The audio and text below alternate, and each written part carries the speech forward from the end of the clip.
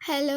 അപ്പോൾ ഇന്ന് എന്തൊക്കെയാണ് കഴിച്ചതെന്ന് നോക്കാം. രാവിലെ തന്നെ ചോറും സോയാ ബോൾ മെഴുക്കുവരട്ടിയും കപ്പയും വത്തൽമുളക് ചമ്മന്തിയും മാങ്ങ അച്ചാറും പിന്നെ മാങ്ങാ കറിയായിരുന്നു ഇന്ന് രാവിലെ ഉണ്ടായിരുന്നത്.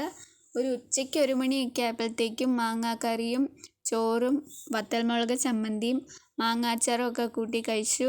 അതൊക്കെ കഴിഞ്ഞ് 7 മണിയൊക്കെ ആയപ്പോഴത്തേക്കും ചോറും പിന്നെ പറമ്പിൽ നിന്ന് മുരിങ്ങയില പറിച്ചിട്ടുണ്ടായിരുന്നു. അപ്പം മുരിങ്ങയില വെച്ച് കറി ഉണ്ടാക്കി. പിന്നെ പയർ മെഴുക്കുവരട്ടി ചെറുപയർ വെച്ചിട്ട് പിന്നെ അതിൻ്റെ ഒപ്പം രാവിലത്തെ വത്തൽമുളക് ചമ്മന്തിയും മാങ്ങാച്ചാറും ഒക്കെ കൂട്ടി കഴിച്ചു. അപ്പം ഇന്ന് ഇത്രയൊക്കെ ഉണ്ടായിരുന്നുള്ളൂ.